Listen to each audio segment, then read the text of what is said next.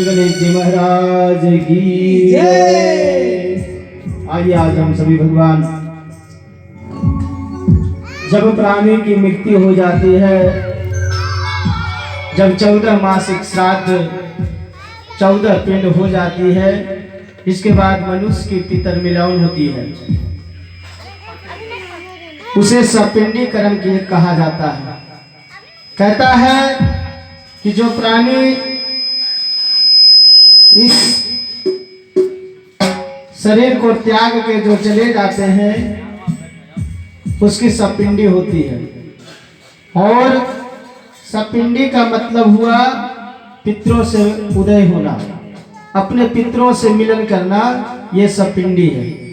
और सपिंडी का भी बड़ा सुंदर इसमें दर्शाया है। भगवान गरुड़ जी पूछते हैं कि सपिंड विदं ब्रूहि सुतकस्य च निर्णयम् सज्जापादानं समाग्रे तेषां च महिमां प्रभु। बड़े सुंदर भाव से विवल होकर महाराज गरुड़ जी पूछते हैं, प्रभु मुझे ये सारा वृतांत आप बताए कि सपिंडीकरण करने के बाद लोगों का सूतक जो होता है वो कितने दिन का होता है, और प्रभु सज्जा दान सामग्री से करने से क्या फल प्राप्त होती है, मैं ये सब आपके मुखारबिंद से सुनना चाहता हूँ। तो भगवान सुंदर भाव से सुनाते हैं कि सुनो ताक्ष। बोलते हैं भगवान की, हे ताक्ष प्रवच्छामि सपिंडया लिखया क्रियामा प्रेत नाम परितज्जम अया प्रीत गणे विशेषतः। बड़े सुंदर भाव से कहते हैं भगवान के, हे ताक्ष सपिंडीकरण आदि संपूर्ण क्रियाओं के विषय में मैं बतलाता हूँ, जिसके द्वारा प्रीत प्राणी प्रेत नाम को छोड़कर प्रीत ग्रह में प्रवेश करते हैं। अभी तक मनुष्य जब तक 14 मासिक श्राद्ध चलते रहती है, तब तक प्रेत की योनि में गंती आती है, लेकिन जैसे ही सपिंडीकरण हो जाती है वो प्रेत से विमुक्त हो जाते हैं और भगवान और उस मृत आत्मा जो है वैकुंठ को चला जाता है। और इसी प्रकार से जो व्यक्ति सज्जादान करते हैं, जो सज्जादान करवाते हैं, वे सुंदर से भगवान की पूजन करके स्तुति करके सज्जा से निवेदन करने चाहिए कि हे प्रभु, हे विष्णु स्वरूप सज्जा, आप हमारी कल्याण करें, हमारे घर में सुख समृद्धि जस प्रीति यश बनी रहे, यही कामना करते हुए उस सज्जा ब्राह्मणों को दान दे देनी चाहिए। और जिस ब्राह्मण वो सज्जा को दान ले लेते हैं, उसी पश्चात उस व्यक्ति इस शरीर को त्याग कर भगवान के शरीर में लिप्त हो जाते हैं। और एक प्रश्न फिर पूछते हैं भगवान, क्या कहते हैं गरुड़ जी? दशाहे न सपिंड दास्तु सूत्ययन्ति प्रेत सूतके। बड़े सुंदर भाव से पूछते हैं भगवान के, हे भगवान, आपने तो सज्जादान और सपिंडीकरण का वर्णन तो बता दिए प्रभु, लेकिन मनुष्य जो है मरने के उपरांत कितने दिन के बाद वो शुद्ध होता है, इसकी मैं व्याख्यान आपके मुखारबिंद से सुनना चाहता हूं। तो उसमें बड़े भाव से बता रहे हैं कि यष्टमे दीनमके तुवा नवमे प्रहद्वयम् दसमे स्नान मात्र ही सुत्तक जन्म सुत्तक।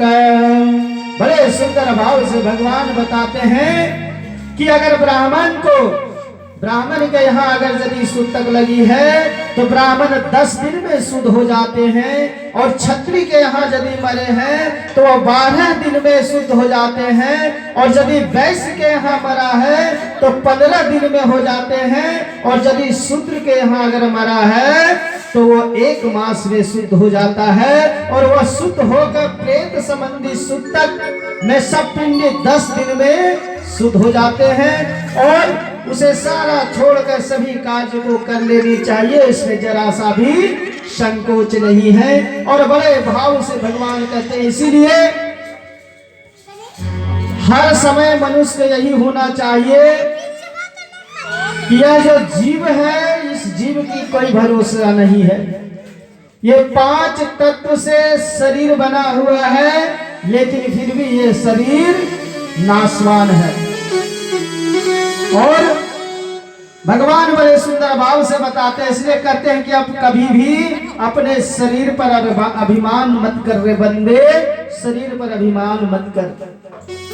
भगवान हर समय यही बताते हैं, शास्त्र भी मेरा यही बताते हैं कि भगवत की चर्चा करे। भगवत के चर्चा के बिना इस जीवन में कुछ नहीं है। बड़े सुंदर भाव एक प्रसंग आता है कि किसी एक नगर में एक व्यक्ति रहते थे। ये ध्यान देने की बात है। देखिए भक्त के ऊपर भगवान कैसे आनंद होते हैं, और भक्त के लिए भगवान को कोर्ट में भी जाना पड़ जाता है तो भगवान चले जाते हैं। और किस भाव से दर्शाते हैं ये देखिए कि कोई गांव में एक व्यक्ति रहते थे, वो जात के केवट थे, और उनका नाम भोला था। लेकिन वाकई में वो सचमुच भोला ही था। वो वाकई में सचमुच भोला था, वो भोला भाला ही था, लेकिन उसे सभी कोई भोला भोला भोला कह के पुकारता था। एक समय की बात है, वो भोला अपने गांव में बैठे हुए थे। इसी बीच में उनकी लड़की बड़ी हो जाती है, तो लगता है कि अब हमारी बेटी की शादी करनी चाहिए।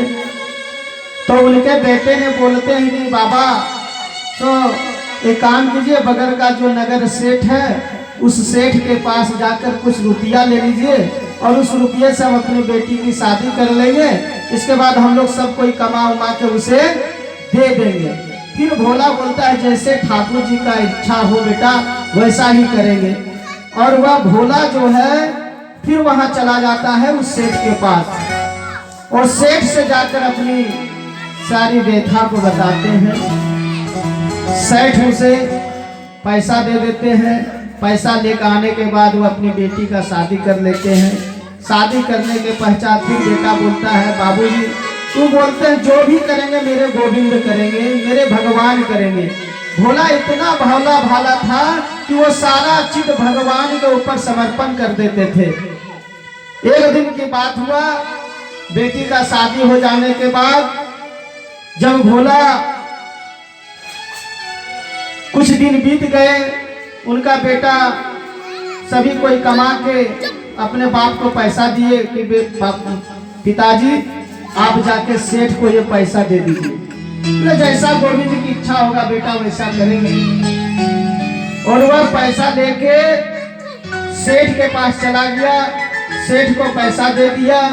सेठ ने कागज में लिख दिया, सारा उसका हिसाब होकर शून्य का शून्य हो गया। भोला को फिर वो कागज पकड़ाता है, बोला भोला देख लो कागज। बोले महाराज हम क्या कागज देखेंगे, देखने वाले मेरा गोविंद है। तो वो सेठ को भी लगा कि वाकई में ये भोला है, प्रभु मुझे कुछ तो पढ़ने नहीं आता, मैं ठेपा छापूं। तो उसे लगा तो वो सेठ जो थे वो सोचे कि क्यों ना इसका लिखा पढ़ा जो वो फाड़ कर कुछ बोरी बोरी लिख के इनको दे देते हैं, जब भी पढ़ा लिखा है ये नहीं है, हो सकता है और कुछ पैसा इनसे कमा ले। और इस प्रकार से भोला को कागज में वैसे चीज चास के उसको दे दिया। भोला बेचारा लिया, पढ़ा लिखा था नहीं, वह जो कागज था वो कागज प्रभु श्री गोविंद के चरण में रख दिए। बोले प्रभु जो भी है वो आप समझिए। और भोला अपने काम में लग गए। जब कुछ दिन हो गया, कुछ दिन बीत गया, तो बीत जाने के बाद वह सेठ जी अचानक उसको केस कर दिया उसके ऊपर। और केस हो जाने के बाद भोला के यहाँ नोटिस आया। भोला बोला कि मैं तो सारा पैसा सेठ जी को दे दिया है, ये पैसा फिर आया कहाँ से? अब जैसे गोविंद करेंगे, फिर वहां गोविंद का नाम लेते हैं और वह अदालत में चले जाता है। वहां पर चारों तरफ लगा हुआ है, सभी बैठे हुए हैं। भोला को पूछता है, भोला का बोलता है हाँ प्रभु हम तो इसको पैसा दे दिए हैं सर। बोला पैसा दे दिया, कुछ लिख के लिया? बोला हाँ हाँ हमको लिख के दिए हैं। बोला लाओ। बोला मैं ला रहा हूँ, मेरे गोविंद के पास वह रखा हुआ है। और वह चला जाता है गोविंद के पास से, वो चिट्ठा लेके चला आता है और कोर्ट में वो पेश कर देता है। बड़े भोले भाले हैं, लेकिन भगवान भी उतने ही निराले हैं। और उस भोला को जब वह कागज देखता है तो उस कागज में कुछ भी नहीं लिखा था। बोलता अरे भोला, जज साहब बोलते अरे भोला इसमें तो कुछ नहीं लिखा है। बोले प्रभु मैंने तो सारा धन इसको दे दिए थे, इन्होंने लिख दिए, और ये लिख देने के बाद यह भी धन हम ठाकुर जी के चरणों में रख दिए। बोला नहीं, इसमें तो कुछ नहीं लिखा हुआ है। अच्छा बताओ, जिस समय इसको पैसा दिए थे उस समय कोई गवाह था? बोला नहीं प्रभु। तो कौन थे? बोले मैं, सेठ जी और हमारे गोविंद भगवान थे। जज जी बोले अच्छा ठीक है, इसके लिए कुछ दिन का समय बढ़ाकर वह जज जो है बेचारा खोजने लगे कि आखिर गोविंद नाम का कौन सा व्यक्ति है जो उसके सामने ये पैसा दिए हैं। वो खोजते खोजते खोजते एक मंदिर में चले गए। बाहर में पंडित जी बैठे हुए थे, पंडित जी को प्रणाम किए। बोला प्रभु गोविंद जी यही है क्या? बोला हाँ यही है। तो जज को लगा कि वही पंडित जी गोविंद है, और वह जज फिर वहां से चले गए। गोविंद जज जी बोल दिए कि हे पंडित जी आपको कल आना है अदालत में, क्योंकि वहां पर एक भोला नाम का व्यक्ति जो पूरी तरह से फंस गया है, उसकी गवाही देने के लिए आपको आना होगा। तो वो पंडित जी हंसने लगे। जज साहब चले गए, और जब पंडित जी वहां से चले तो पंडित जी को लगा कि जज साहब यहाँ तो आए थे, लेकिन जज साहब को लगा कि गोविंद मैं हूँ, लेकिन गोविंद तो हम नहीं, गोविंद तो हमारे ठाकुर जी हैं। तो हे प्रभु मैं आज उस भोले के लिए मैं वहां जा रहा हूँ। प्रभु आप उस गोविंद का रूप धारण करके प्रभु वहां आए और अपना गवाह देके उस प्राणी का उद्धार कर दे प्रभु, यही कामना करके पंडित जी वहां बैठ गए। उधर चारों तरफ दरबार सजी हुई है, पूरे वकील इत्यादि जज सभी बैठे हुए हैं, और भोला भी कटघरे में खड़ा है। इधर सेठ जी भी खड़े हैं, और गवाह देने के लिए उनके पास कोई नहीं है। उस समय भी उस भोला बोल रहे हैं कि प्रभु सर मेरा कोई गवाह नहीं है, मेरा एक गवाह गोविंद जी है। और लास्ट में भगवान उस ब्राह्मण के रूप में अदालत में आकर गवाह दिए कि हाँ मेरे सामने ही पैसा दिए। बोलिए भक्त वत्सल गोविंद भगवान की जय। कहने का अर्थ है कि भगवान से भक्ति इतनी कर लो, भगवान से प्रेम इतनी कर लो कि भगवान हर समय हर कदम में आपके पास हो जाए। ऐसी भक्ति होनी चाहिए, उस भोला की तरह भक्ति होनी चाहिए कि भगवान को स्वयं कटघरे में आकर गवाह देना पड़ा। इस तरह की भक्ति होनी चाहिए, और बड़े सुंदर भाव से राम नाम का हमें स्मरण करनी चाहिए, और प्रेम से कहना है क्या?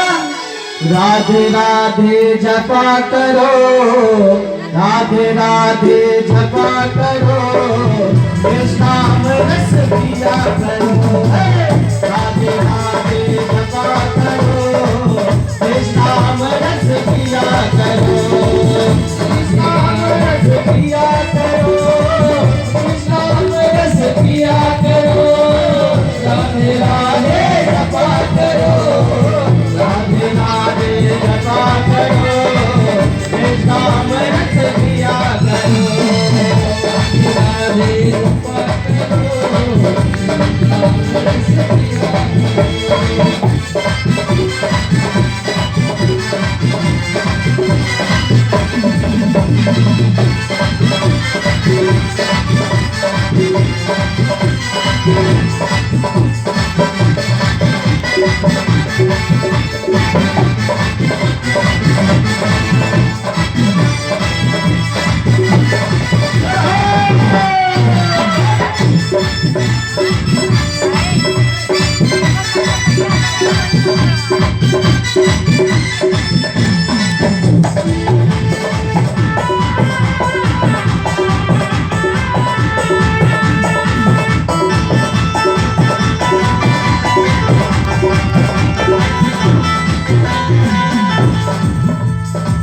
राधे रानी है महरानी, उनकी महिमा सबक जाने, उनकी महिमा सबक जाने, राधे रानी है महरानी, उनकी महिमा सबक जाने, उनकी महिमा सबक जाने, राधे रानी है महरानी, उनकी महिमा सबक जाने, उनकी महिमा सबक जाने, बरसाने में आया करो, बरसाने में आया करो, कृष्णाम रस पिया करो, राधे राधे जपा करो, कृष्णाम रस पिया करो, राधे राधे जपा करो, राधे राधे जपा करो, कृष्णाम रस पिया करो, राधे राधे जपा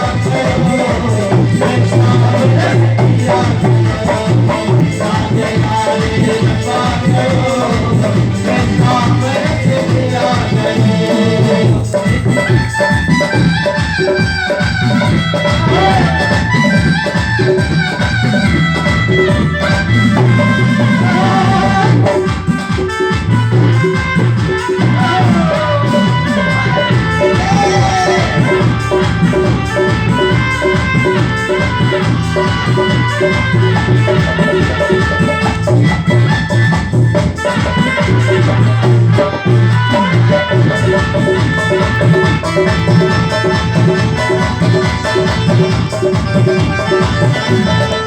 राधे रानी है महरानी, उनकी महिमा सबक जाने, उनकी महिमा सबक जाने, उनकी महिमा सबक जाने, राधे रानी है महरानी, उनकी महिमा सबक जाने, उनकी महिमा सबक जाने, बरसाने में आया करो, बरसाने में आया करो, कृष्णाम रस पिया करो, राधे राधे जपा करो, कृष्णाम रस पिया करो, राधे राधे जपा करो, राधे राधे जपा करो, कृष्णाम रस पिया करो,